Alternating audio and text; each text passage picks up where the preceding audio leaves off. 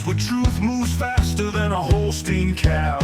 No waiting on some pretty page. We're charting new ground in the digital age. From genomic codes to ROI facts, we cut through the noise, no holding back. Not your daddy's dairy news tonight. We're sparking debates with every insight. The ring's not where the real fight's at. It's in the data, in the channel chat. From pasture to processor to your morning cup, we're raising the stakes. Try and get ahead of herd. Yeah! Where the future's more than just a word. Ahead of herd. Come on! The bullvine's calling, let your voice be heard. Welcome back to the Bullvine Podcast, where we cut through dairy industry noise to get you the insights that actually matter for your operation. And today we're diving deep into a feature piece that's been generating some serious buzz. This one's got layers and, frankly, some surprises that are going to make farmers rethink how they've been approaching technology purchases entirely. Absolutely. We are shifting the frame today, aren't we? The core topic isn't just about which single piece of tech to buy. It's really about the massive documented difference in return on investment between buying isolated pieces of equipment and actually committing to building truly integrated systems. Right. We've pulled together some fascinating recent research, stuff from the University of Tennessee, and a really comprehensive study published in the Animals Journal to guide us here. And that's the critical distinction, isn't it? Most of us, and I'll include myself here if I'm being honest, we tend to approach tech adoption based on what I call the World Dairy Expo pattern. I know exactly what you mean. You see the flashiest new robot or feeder or whatever, you pull out your phone, run a quick, isolated ROI calculation. You know, this machine saves X minutes per cow, so it pays for itself in Y years. Simple. But the research proves that simple calculation is often, well, flawed. Deeply flawed sometimes. Exactly. We need to move beyond just running those isolated calculations on one component. We have to start looking at the system's performance, as a whole. Okay, let's unpack this right away because the stakes are enormous. We aren't talking small, marginal games here.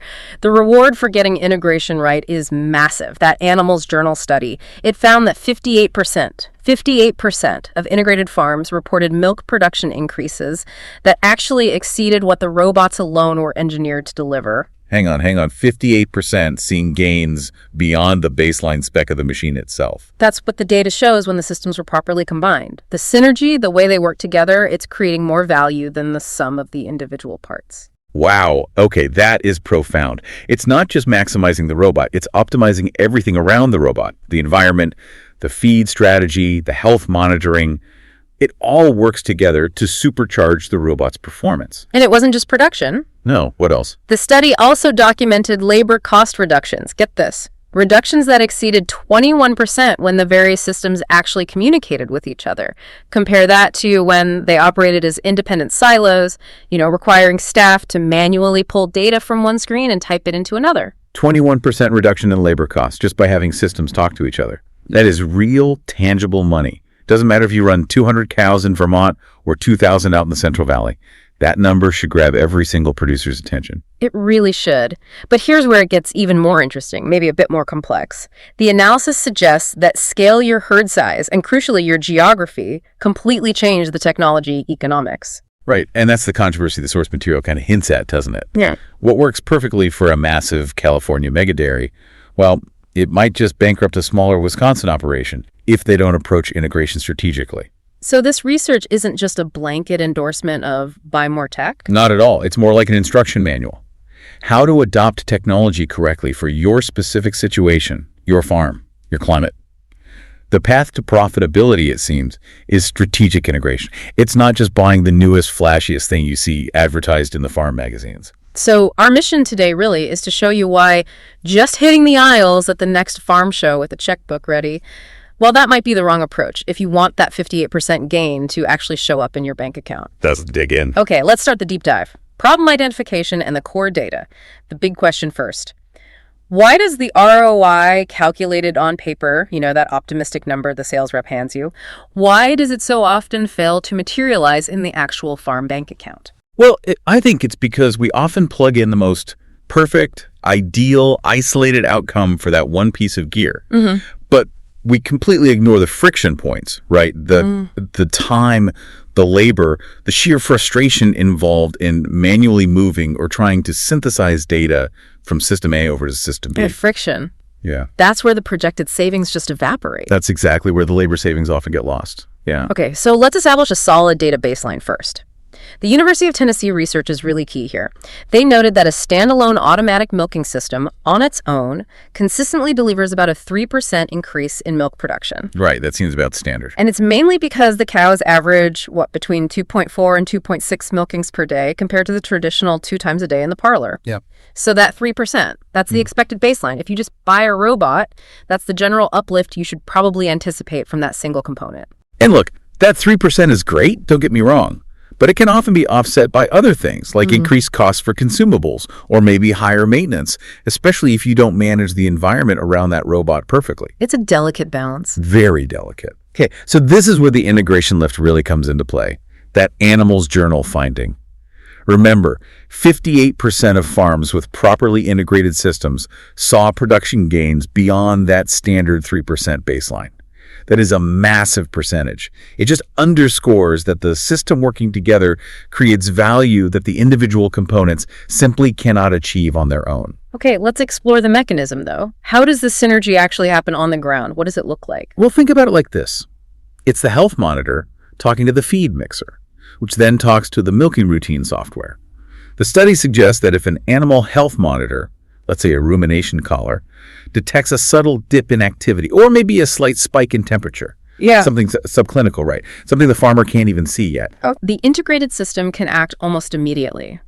Instead of waiting, say, 24 hours for the herd manager to walk the pens and visually confirm, oh yeah, she looks a bit off. Right, which is the typical delay. Exactly. The system might automatically divert that cow to a sick pen using a sort gate. But more importantly, it could trigger a tiny adjustment in the TMR mix for that specific pen, maybe something to support recovery or boost immune function. Okay. And that's where those labor savings you mentioned, that 21% number comes from too, right? Because when you have systems communicating intelligently like that, your staff aren't manually cross-referencing rumination data sheets with parlor production data. And then running out to tell a feed truck driver to tweak a specific mix for pin 3. Exactly. It becomes sort of autonomous decision support. And you can't ignore the non-economic benefits either. Like what? Well, better quality of life for the staff, for one, less chasing fires, but also potentially vastly improved conception rates because that health detection is happening days earlier than visual checks. And honestly, just sleeping better at night knowing the automated systems are vigilantly monitoring for fresh cow issues or potential mastitis, especially during off hours. I think we need to pause on that subclinical detection point. That's huge. Catching issues early prevents those production drops that would otherwise completely neutralize the robot's expected 3% gain. That's a really good point. Think about it. If you have, say, 5 fresh cows a week developing mastitis that you only catch 3 days late, the loss from just those 5 cows alone is enormous. Yeah, the treatment cost, the dumped milk, the lost production, it adds up incredibly fast. But catching it super early, maybe because the rumination data is linked directly to an alert and a sort gate, that seems to be the secret sauce that those 58% of successful integrated farms are tapping into. So the UT and animal studies together, they really paint a picture where isolated technology might buy you some stability. But integrated technology buys you accelerated profitability. It's a different level. A fundamentally different approach to managing the operation. Okay, let's shift gears to the industry reality check, because this is where, like you said, conventional wisdom gets a bit complicated. You mentioned earlier that technology economics are completely transformed, not just by cow numbers, but also by geography. Location matters a lot. It really does. And we need to stop thinking about any specific technology as universally applicable, because it just isn't. Right. And it's that geographic imperative that, frankly, equipment dealers often downplay. Yeah. Maybe not intentionally, but they sell the solution that fits most people. they sell the equipment that solves the most common problem. Yeah. Not necessarily your specific localized problem tied to your climate or your specific management challenges. You absolutely have to match the integration priority to your climate reality. Okay, let's make this concrete. Let's take those 2 different examples from the source material analysis. Wisconsin versus Texas. Very different environments. In Wisconsin, maybe a 150 cow operation, they're dealing with what? 5-6 months of intense housing, heavy bedding use, that constant challenge of maintaining butterfat through extreme cold snaps. Been there. It's tough. So what does integration mean for them? Their priority has got to be maximizing efficiency during that long confined feeding period, right? Absolutely. For that Wisconsin dairy, integration needs to focus squarely on tying precision feed optimization software directly into the mixing and delivery process. You need absolute consistency day in, day out, even when the outside temperature is 20 below zero. And how does tech enable that? Well, think about near-infrared, or NIR, feed testing equipment. That uses light spectroscopy to analyze moisture and key nutrients in your forages in real time. If that NIR unit isn't talking directly to the mixer wagon software, automatically adjusting batch weights based on the actual dry matter of the haylage that day. Then you lose control over the ration consistency. Precisely.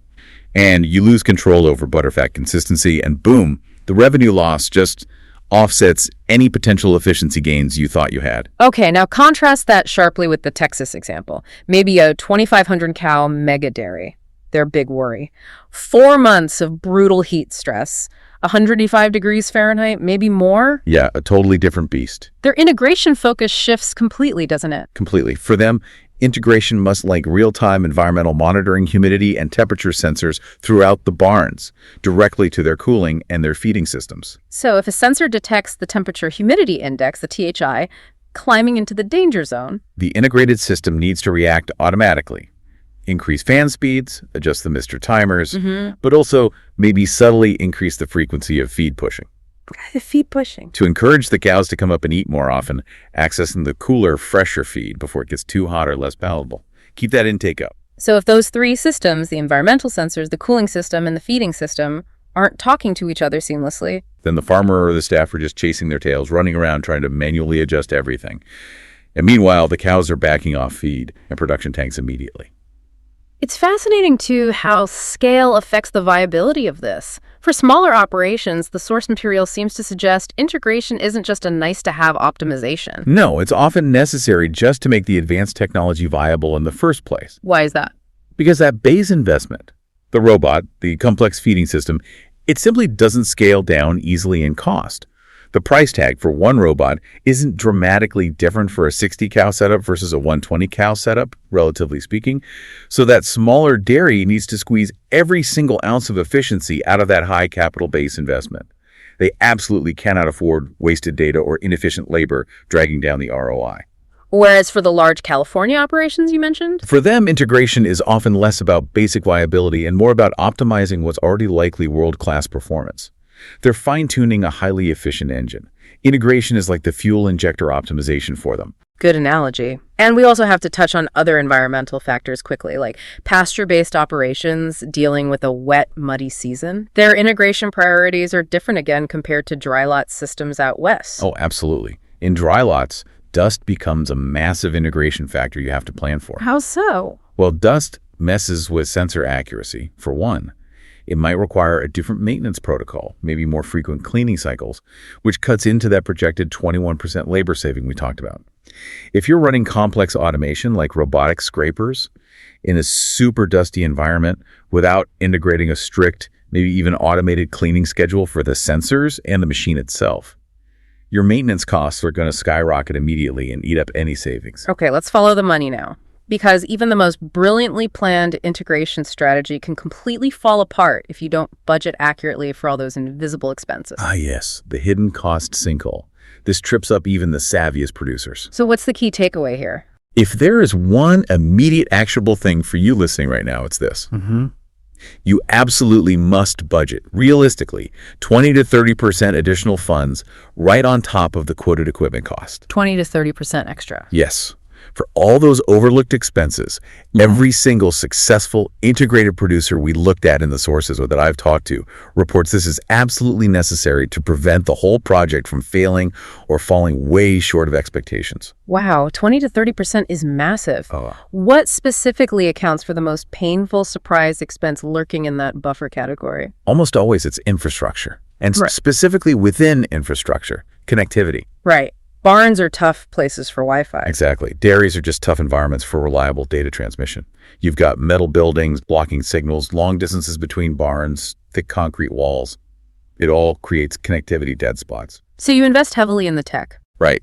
You install tens, maybe hundreds of thousands of dollars worth of sophisticated monitoring, gear rumination collars, temp sensors, activity monitors. But because you skimped on the network, maybe you have inadequate coverage in the far end of the freestall barn. Yeah. Or you're using cheap routers. The data you get is patchy. It's partial, and it's untrustworthy. And partial data, frankly, is often worse than no data at all. How so? Well, if your system is only reliably receiving, say, 70% of the daily rumination reports because of dead spots, you might completely miss the 2 sick cows that happen to be housed in that remote overflow pen or grazing at the far edge of the pasture that day. And that delayed detection can lead to a major health crisis, like a pen-wide mastitis flare-up or something equally costly that just wipes out months of your projected ROI in one go. So what's the solution? It's not just sticking a better router in the office, is it? No, definitely not. You often need serious infrastructure upgrades. Maybe fiber optic cable runs between buildings, or robust mesh networking solutions designed for agricultural environments. And that requires professional planning, installation, and setup. That's where a big chunk of that 20-30% buffer often goes. Okay, what else is in that buffer? The next big one is staff training, and I mean comprehensive, ongoing training. Not just the one-day demo the vendor gives when they drop off the equipment. Right, that's just the basics. Exactly. Producers really need to budget something like 40 to 60 hours of dedicated training time per major system over the first year. And not just for the herd manager, but for the key staff members who will interact with it daily. And what should that training cover, beyond just press this button? Staff must understand 2 critical things. First, yes, the technical operation of the robot or the feed system or whatever. But second, and maybe more importantly, how that system's data synthesizes with the data from other platforms, like the health monitoring system. And what to do when alerts conflict. Precisely. That conflicting alert scenario is a huge stress point and a common failure point. If the feed efficiency monitor says the herd is fine, but the rumination monitor is flagging a significant dip in pen 4, which alert do you trust? Which system is right? Staff need to be trained to critically assess that synthesized data, not just blindly follow a simple checklist from one system. Exactly. And without that deeper training, alert fatigue sets in incredibly quickly. Staff just start ignoring the system entirely because it feels unreliable or overwhelming. Okay. Infrastructure, training, any other big hidden costs. Yeah, don't forget the recurring costs that can slowly destroy your long-term ROI calculations if you haven't planned for them. Like what? Subscriptions. Yep. Software subscription fees. They typically escalate by, say, 3 to 5% annually. Plus, you've often got ongoing support contracts for troubleshooting and updates. When you start running multiple sophisticated platforms, your feed analysis software, your milking system software, your main herd management software, those fees stack up fast. They absolutely must be factored into the long-term total cost of ownership calculation from day one. Okay, that covers the hidden costs. Now let's talk about financing itself, because how you actually pay for this stuff significantly alters the real ROI, doesn't it? Absolutely. It's a critical piece of the puzzle. If you use cash, making outright purchases, sure, you maximize your long-term returns on paper because you avoid interest costs, but you tie up critical working capital. Capital you might desperately need later for seasonal cash flow challenges, right? Like securing favorable feed contracts during market volatility or covering payroll during a dip in milk prices. That seasonal pressure is real, and it's often overlooked when you're just focused on the shiny new tech. That's why operating leases can be so attractive, especially for mid-sized dairies trying to preserve that cash flow flexibility. How does an operating lease help there? Well, unlike a capital lease, which is essentially a loan disguised as a lease, a true operating lease often allows you to treat the equipment as an off-balance sheet operating expense. Ah, okay. Tax advantages. Potentially significant tax advantages, yes. And it can help manage your debt-to-equity ratios, which might be important for other borrowing needs, all while letting you upgrade your technology. This kind of financial engineering is really an integral part of making large-scale integration profitable and sustainable. Good point. And we absolutely cannot forget about grant funding. No way! That could be a game changer. Things like USDA programs, EQIP, the Environmental Quality Incentives Program, is a big one, or sometimes specific state-level incentives. Right, like California's air quality programs targeting methane reduction, or maybe environmental focus grants in Vermont, or energy efficiency programs in places like Wisconsin. These can radically improve the project economics if you qualify and navigate the application process. Which can be challenging. Oh yeah, the application process for something like EQIP, for example, it's definitely lengthy, it can be bureaucratic, lots of paperwork. But if you can secure funding to cover a significant chunk of the cost for, say, high-efficiency ventilation or manure management systems or precision nutrient application tech things that are often crucial for integrating environmental control and sustainability. The potential boost to your overall project ROI is often significant enough to justify dedicating serious time to chasing those grant dollars. The farmers who really succeed in strategic integration, they treat grant seeking as a critical, non-equipment funding source that needs active management. Okay, so we've navigated the financial hurdles. Let's look at the actual tech combinations now. What specific pairings are showing exceptional promise, maybe beyond just the standard robotic milking linked with automated feeding? What are some of those next-level integrations emerging? Yeah, there are some interesting ones. What seems to be getting a lot of traction, particularly based on some early European results analyzed in that animal study, is biogas optimization. Biogas systems converting manure into energy. Exactly. Those systems seem to perform much more efficiently, generating more consistent energy output when they are tightly paired with automated feed management systems. Okay, I'm trying to connect the dots there.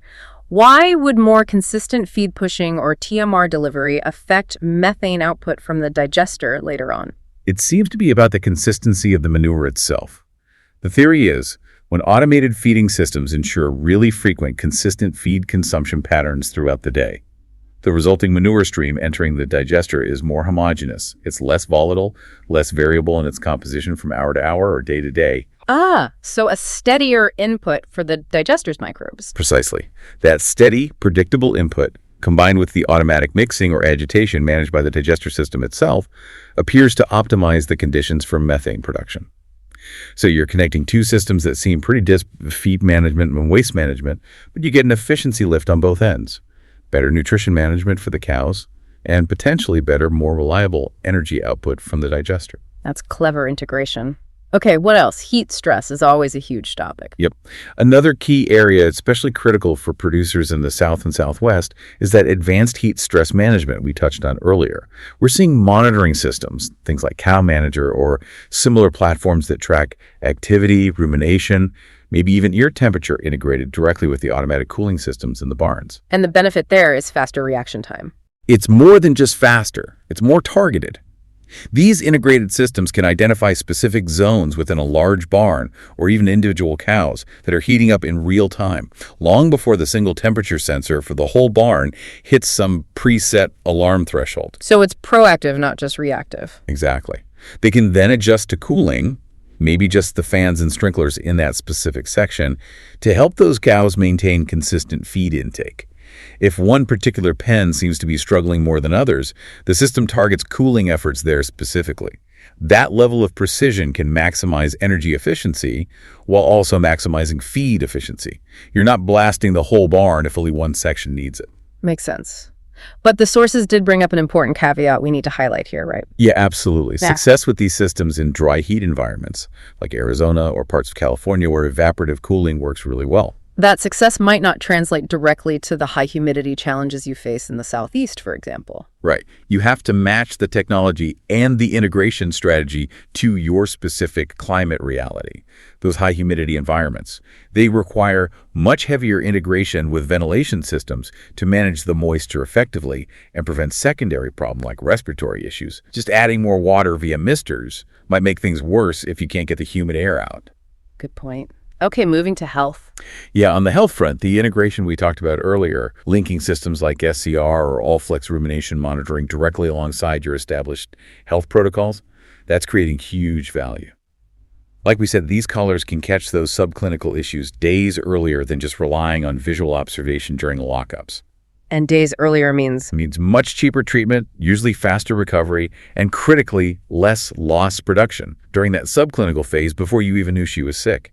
That's a massive integration success story. But it relies on the systems talking, right? Absolutely. It relies on the monitoring system being able to reliably flag an animal and communicate that flag automatically to the sort gate system to divert her, and maybe simultaneously send an alert to the veterinarian or herd manager via a unified management dashboard. It's that seamless flow of information that makes it work. Okay, one more example, thinking about the Midwest. Forage quality can be a constant headache with variable weather. Oh yeah, big time.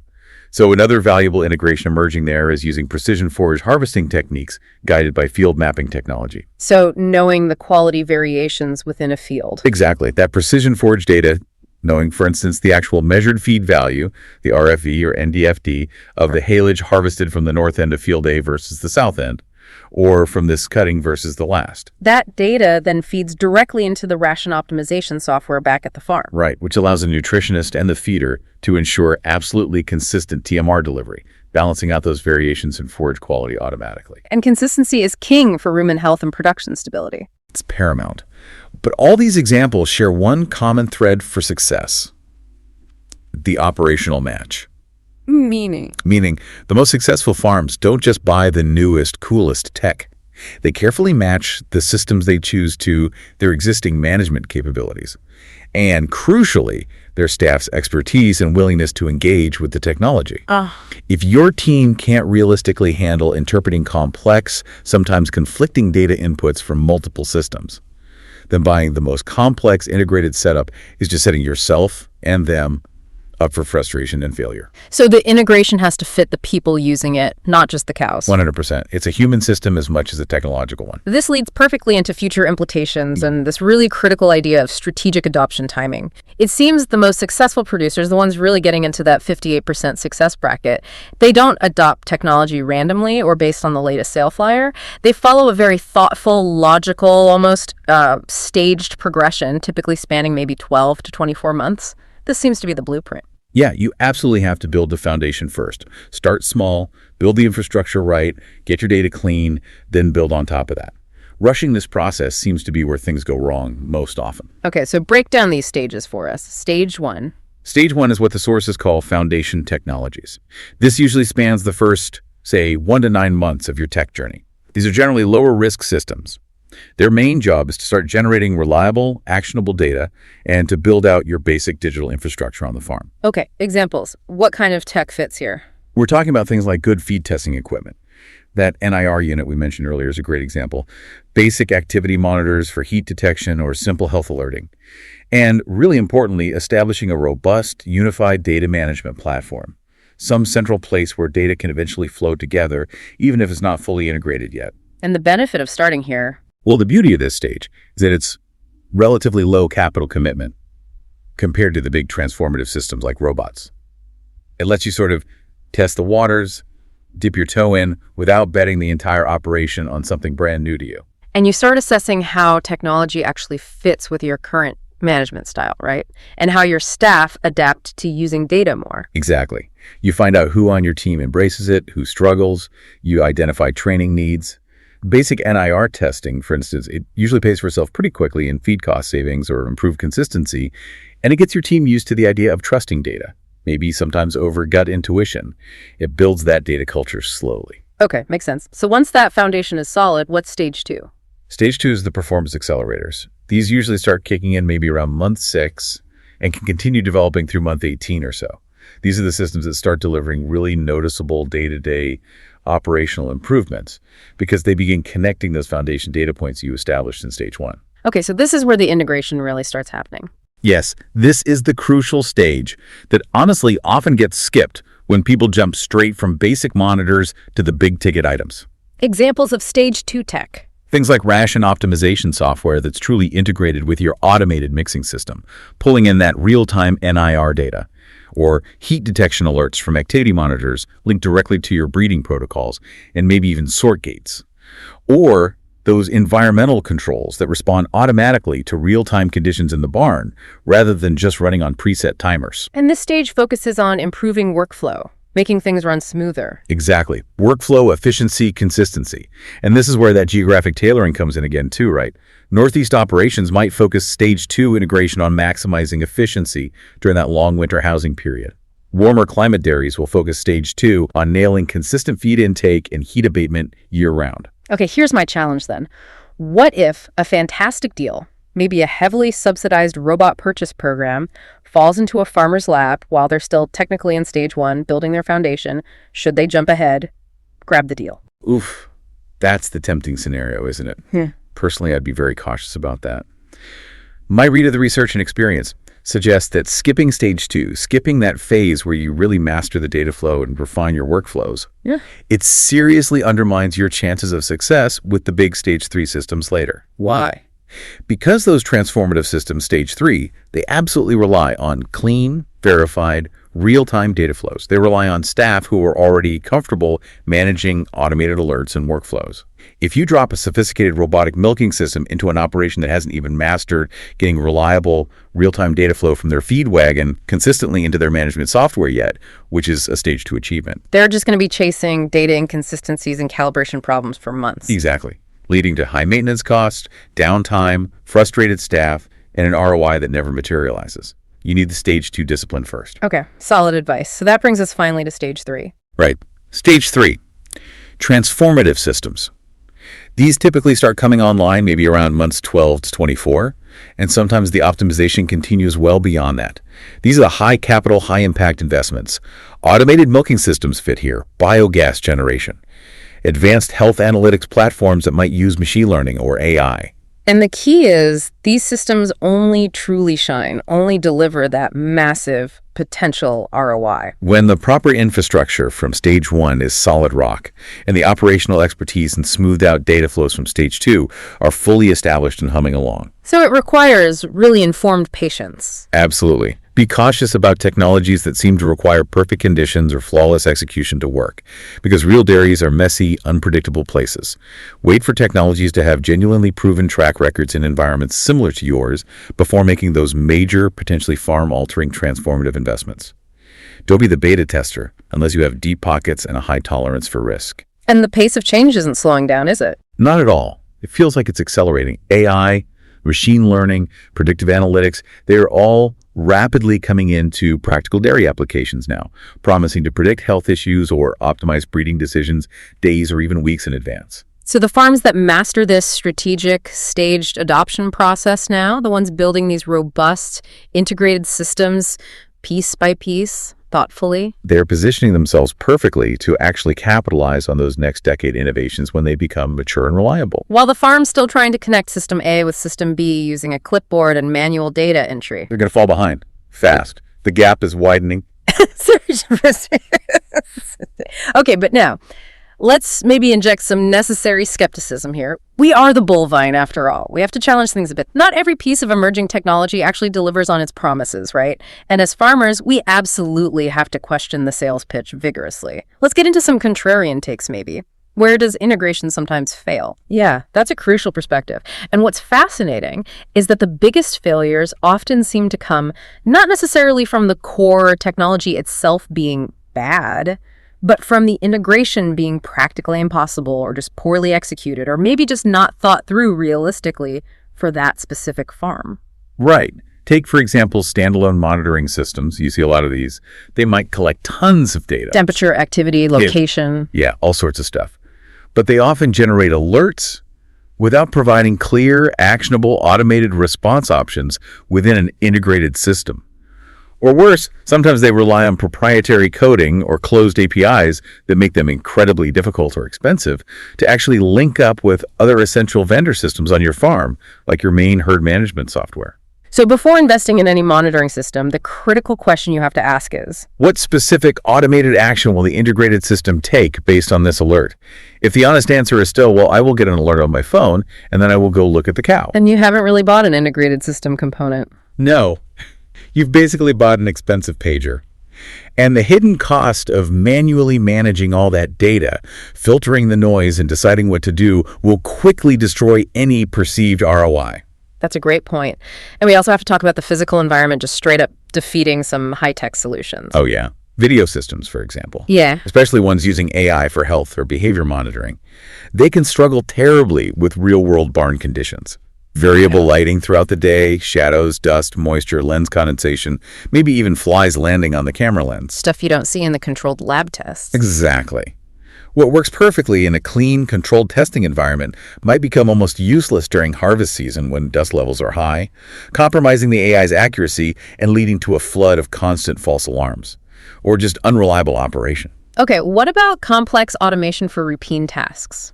Things that promise big labor savings. Yeah, things like robotic barn cleaners or maybe automated foot trimming chutes or stations. These often face significant maintenance challenges in the real world that can completely offset those projected labor savings. Downtime is the killer. Downtime is the absolute killer. If that complex robotic scraper is down for 2 days while you're waiting for a specialized technician to drive out, you've likely lost the labor savings for the entire week. Plus, you've got a messy barn.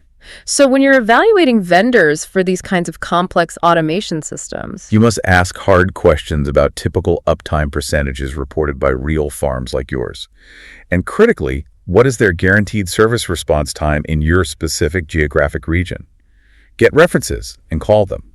And be wary of solutions that require integrating two complex proprietary systems from different vendors. That often creates an expensive custom IT layer in the middle that the farmer can't easily manage or maintain themselves, adding hidden costs and significant risk if one vendor updates their software and breaks the link. okay, so given these potential pitfalls, we clearly need to measure integration success using metrics that go beyond just the basic ROI calculations of milk pounds gained and payroll reduced. What are some of the broader metrics that the really successful adopters seem to be using? Yeah, definitely. One big one is management efficiency. It's a bit qualitative maybe, but hugely important. Are decisions being made better and faster? Is the management team more confident in their choices because they have reliable, synthesized data? Does it reduce management stress? Exactly. And is staff confidence higher? This matters deeply to long-term success because it combats burnout and high staff turnover, which is a massive hidden cost in itself. Good one. What else? Monitoring data quality and consistency is crucial. You should actually track the percentage of system alerts that lead to genuine, actionable decisions versus the percentage that turn out to be false alarms. Why track that specific ratio? Because if you have a consistently high false alarm rate, you will generate alert fatigue. Your staff will start ignoring the entire system because it feels like crying wolf. Good integration, ideally, should actually reduce alert fatigue by confirming potential issues across multiple data points or sensors before it bothers a human. Okay, makes sense. And you should track seasonal stability. How consistently does your operation perform during challenging periods? Does the integrated system help you maintain production better during intense heat stress? Does it help you optimize feed efficiency more quickly when feed prices spike suddenly? The best systems should provide a tangible buffer against that market and climate volatility we all face. Measure that stability. And the last one ties back to the maintenance issue. Yep. System uptime. Track it rigorously. The most brilliantly designed integration plan is utterly useless if key components are frequently offline for maintenance, repairs, or recalibration. So the bottom line is successful integration isn't a one-time purchase and setup. Not at all. It's an ongoing process. Continuous measurement, adjustment, training, and refinement. It requires dedication from management and the whole team. But that dedication seems to be the difference between the 58% who really see that synergistic lift and the other 42% who just bought a shiny piece of equipment that ends up collecting dust or causing more headaches than it solves. All right, fantastic discussion. Let's boil it down. The farmer just finished morning milking. They're driving to the feed store right now listening to this. What are the absolute top 3 things they need to take away from this deep dive? Okay, number 1, immediate action, like this week. Audit your budget and mindset. Stop. Just stop calculating ROI only on individual purchases in isolation. Immediately go back to your projections and adjust your budgets to include that non-negotiable 20-30% buffer for infrastructure, connectivity, integration work, and proper staff training. Assume you'll need it. And while they're thinking about budget, Yes. And while you're thinking about it, get out there this week and actually walk your facility. Identify those connectivity dead spots. Where does the cell signal drop? Where is the Wi-Fi flaky? If you can't trust the network backbone, you absolutely cannot trust the data flowing over it. Fix the foundation first. That's immediate. okay. Number 2, medium-term strategy. Thinking about the next 3 to 6 months. Right. Start with the foundation. Resist the urge to buy the flashy robot or the most complex system right out of the gate. Instead, implement stage 1, those foundation technologies. Get good feed testing equipment, maybe some basic activity monitors that deliver clean, reliable data streams. Use this time, the next 6 months perhaps. Exactly. Use this time to establish the necessary data infrastructure, get that connectivity solid, and rigorously assess how this level of tech actually aligns with your management style and your staff's current capabilities before you start layering on more costly performance accelerators. Think of this as your essential tech training and assessment period. Got it. And number 3, long-term positioning. Looking out over the next 1 to 2 years. Strategic phasing. Plan consciously for that full 3-stage implementation over a realistic time frame, maybe 12 to 24 months, or even longer. Focus specifically on which performance accelerators, Stage 2 tech, will best address your specific geographical needs and biggest bottlenecks. Is it maximizing housing efficiency in a cold climate? Is it nailing heat stress management in the south? Tailor Stage 2 and only move to the big stuff when ready. Only move to those big transformative systems, Stage 3, when your foundational data quality is proven, your system uptime metrics are consistently high and reliable, and your team is comfortable. Be patient, be strategic, and integrate everything thoughtfully. Don't just connect things, integrate them. This has been another deep dive from the Bullvine Podcast. If this kind of no-nonsense analysis helps your operation, head on over to www.thebullvine.com. We've got lots more articles there that really tell you what's happening in dairy beyond the headlines. And seriously, subscribe wherever you get your podcasts. We're releasing these deep dives twice weekly now, and trust me, you really don't want to miss what we've got coming next week. We're going to be digging into the real economic impact of milk protein standardization in Class I pricing. That's a hot one. Ooh, that'll be interesting. Yeah. So here's our final provocative thought for you to chew on. The farms that continue down the path of buying individual isolated technology solutions are, frankly, asking for disappointment in today's tightening market. The question really isn't whether you can afford the latest technology anymore. The real question is, can you afford not to adopt a strategic, phased, truly integrated system approach if you want any chance of joining that 58% of producers who are seeing profits and efficiencies far beyond the baseline? Something to think about.